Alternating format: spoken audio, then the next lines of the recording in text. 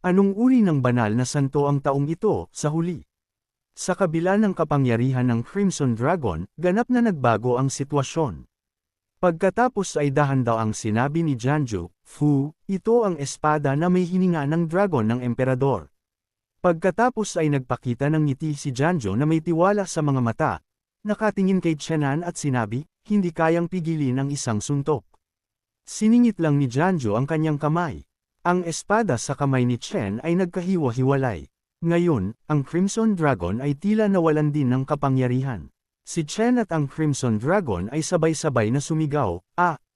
Nakita ang mapanganib na sitwasyon, sumigaw si Suyan sa Taranta, dakilang hari. Pagkaraan ng ilang sandali, biglang lumipad ang Crimson Dragon mula kay Chinan patungo kay Janju. Nagpatuloy si Janju na nagsabing, ang merito ng Crimson Dragon, kalahati ng tadhana ng bansa ay aking natanggap. Nagulat si Chin at nauutol na nagsabing, ano? Nagpatuloy si Janju, ikaw naman, Shinny Jun, alam mo na ba ang iyong kasalanan? Pilit pa ring nagbibigay katwiran si Chan, anong kasalanan ang mayroon ako? Agad na hinawakan ni Janju ang anteng-anteng sa kanyang kamay at sumigaw ng malakas, hindi mo alam. Kung gayon, ipapaalam ko sa iyo. Ipatawag si Liu Jiang. Divine Weapon sweeps 8 directions. Heavenly Thunder helps me. Agad na bumulusok ang isang malaking kidlat mula sa mataas na kalangitan, direkta patungo kina Jin at sa pader ng lungsod. Sumigaw siya sa takot, ang aking Herm. Pagkatapos ay sumigaw ng malakas si Jiangju, tumingin sa likod ng hardin ng Herm.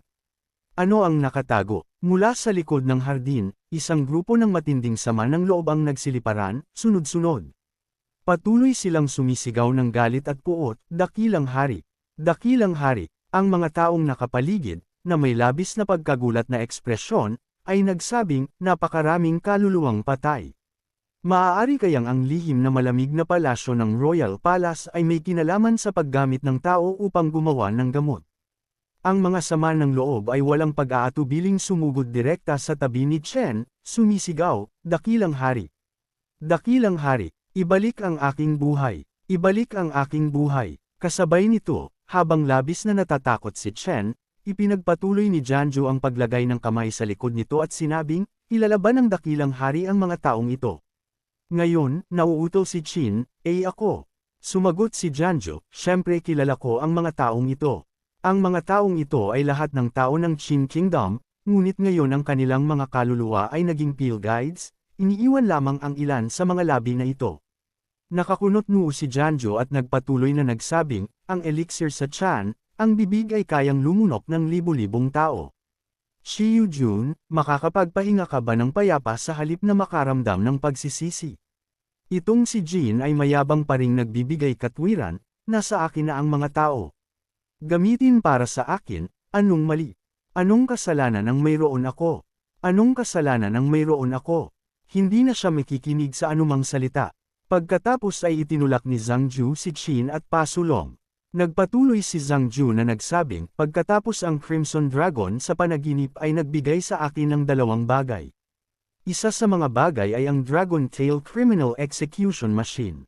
Sa itaas ay puputulan ang mga hanggal na pinuno, sa ibaba ay puputulan ang masasamang espiritu. Dakilang hari, kung sa tingin mo ay inosente ka, bakit hindi ka pumunta sa guillotine na ito? Ang bawat bahagi ng buhay, pabalik-balik, ang guillotine ay lumitaw at lumaki sa harap ni Janju. Nagpatuloy si Janju sa harap ng guillotine at itinaas ang kanyang kamay at sinabing, pakiusap, kamahalan, sumampo sa guillotine. Pagkatapos ay sinabi ni Chenan, anong kababalaghan ang sinasabi mo? Batay sa ano, ako ay kailangan. Bigla siyang nawala ng kontrol sa katawan. Natakot si Chen at naisip, teka, anong nangyayari sa katawan ko? Muling nawala ng kontrol at lumapit sa guillotine. Ang kanyang katawan ay pabago-bago, na para bang may ika-6 na puwersa ang kumokontrol dito. At ganoon lang, unti-unti siyang lumipat, paakyat hakbang, patungo sa guillotine. Sumigaw si Chin sa takot, eretiko. Ano ang ginawa mo? Bilis, patigilan mo ako. Sa itaas ng lungsod, nakakunot noo si Yusen, labis na nalilito, nakatingin sa ibaba, nag-iisip, tapos na. Pakawalan mo siya. Pagkatapos ay lumukso si Ian, sumisigaw ng malakas. Sinamantala ang pagkakataon na iyon, agad na binigyan ni Janju ng pansin ang tabi ni Yas-ian. Sumugod si Yusen direkta patungo sa gulat ni Jangju upang matanto. Pagkatapos ay sumugod si Janju Shanjun at sumigaw, mapangahas na babaeng demonyo.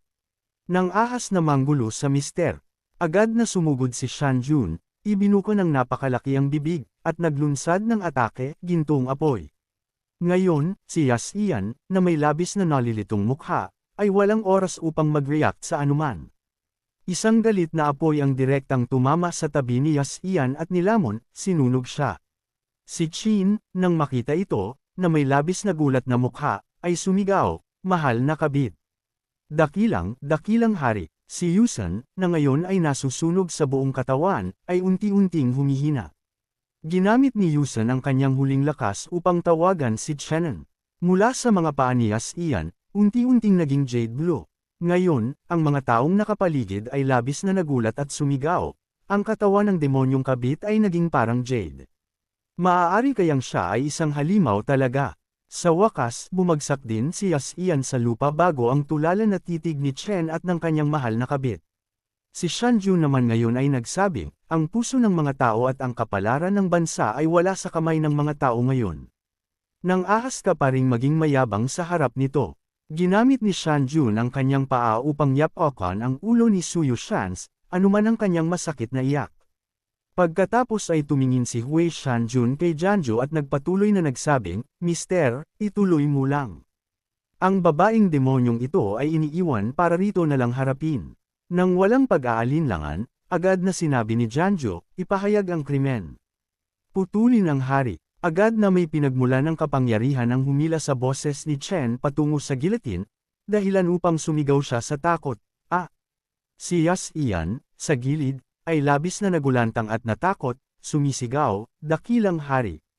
Pagkatapos ay halos ginamit niya ang lahat ng lakas niya upang hawakan ang mga paa ni Shanjun.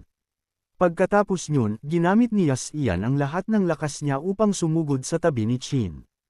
At ngayon, nakahiga sa harap ng gilatin, sumigaw si Yas-ian, dakilang hari.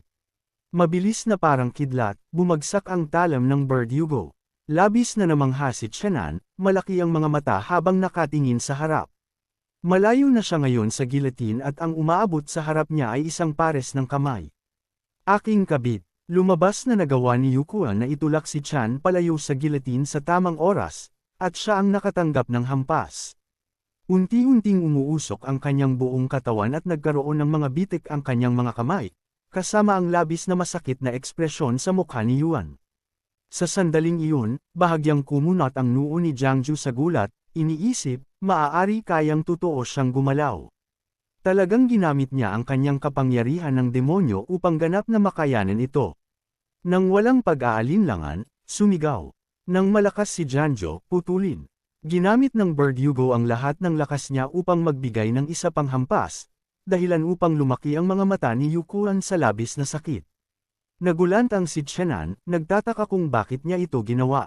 Isang desperadong sigaw ng, putulin, ang muling umalangaw-ngaw, at sa wakas ay naubos ni Suyuan ang lahat ng kanyang lakas. Aking kabit, sumugod si Chenan kay Yukuan na nakahiga ng walang buhay sa harap ng gilatin. Tinulungan ni Chenan si Yukuan na bumangon at umiyak.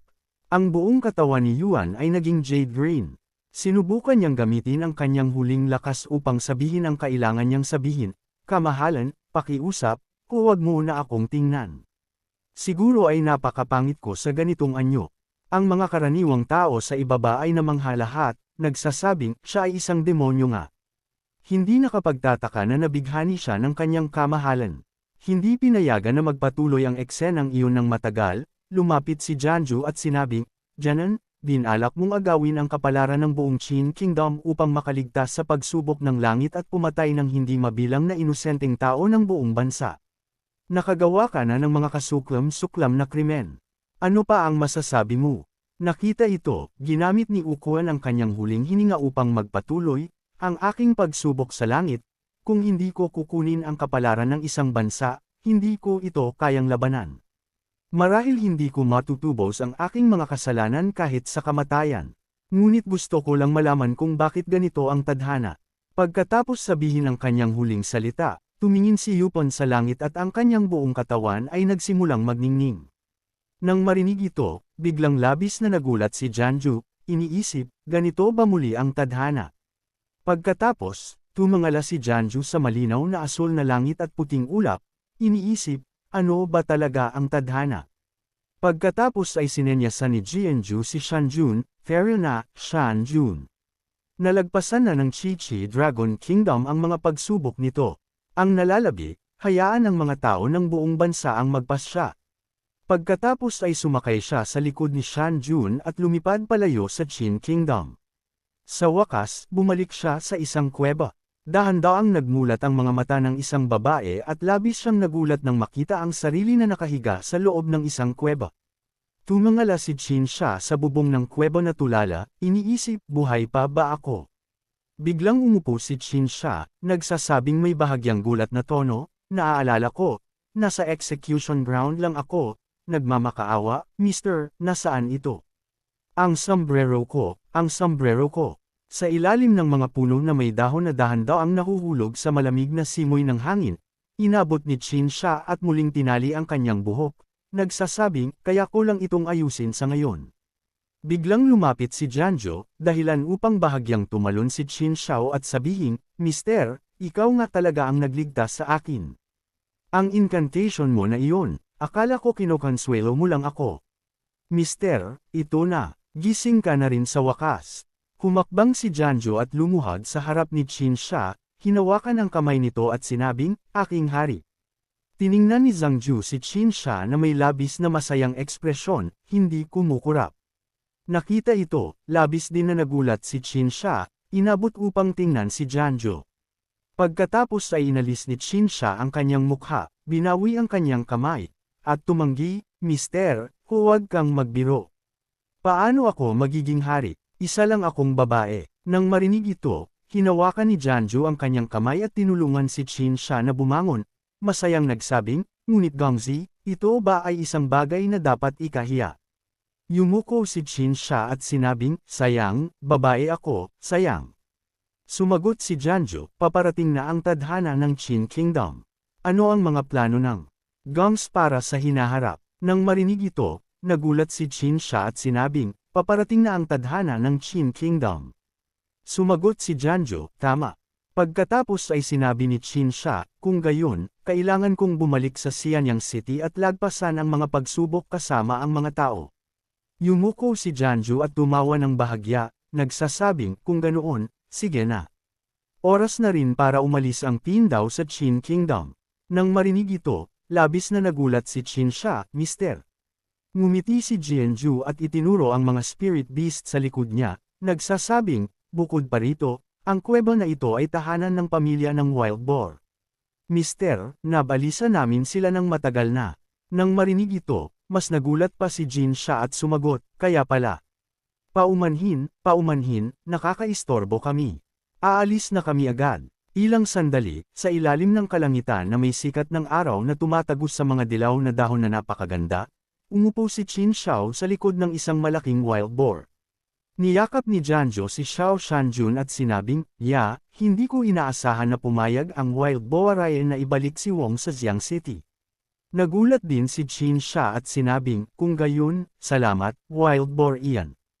Tumayo si Janjo sa tabi niya at nagpatuloy, paparating na ang tadhana ng Qin Kingdom. Gonggi, sa hinaharap, kung kikilos ka, huwag mong gamitin ang titulong Qin. Kailangan mong pag-isipan ng mabuti ang universo. Tapos na magsalita si Janjo at may ibinigay kay Qin Xia. Ang item na ito ay ipinagkatiwala sa akin ng isang kaibigan. Ngayon, ibibigay ko ito kay Gonggi. Binuksan ni Qin Xia at nakita ang isang jade pendant na kahawig ng isang asul na selyo. Labis siyang nagulat at sinabing, Mister, ito ang Imperial Jade Seal. Pagkatapos ay yumukod si Janjo at sinabi sa Wild Boar Zianing, sunod, kailangan kitang abalahin. Pakiusap, dalhin mo si Wang sa military camp ni General sa labas ng Xianyang City. Sige. Sa wakas, mabilis na sumugod ang wild boar na sakay si Qin Xia, nagsasabing may bahagyang gulat, Mister. Sumigaw si Janjo pabalik, magtipon kayo ni General Qi sa labas ng Xianyang City. Nang marinig ito, bumuhos ang luha sa mukha ni Qin Shao. Naisip niya, sa labas ng Zhejiang City, naghihintay ang mga general at sundalo. Like, comment, share, and subscribe naman dyan mga itudo. Maraming salamat po.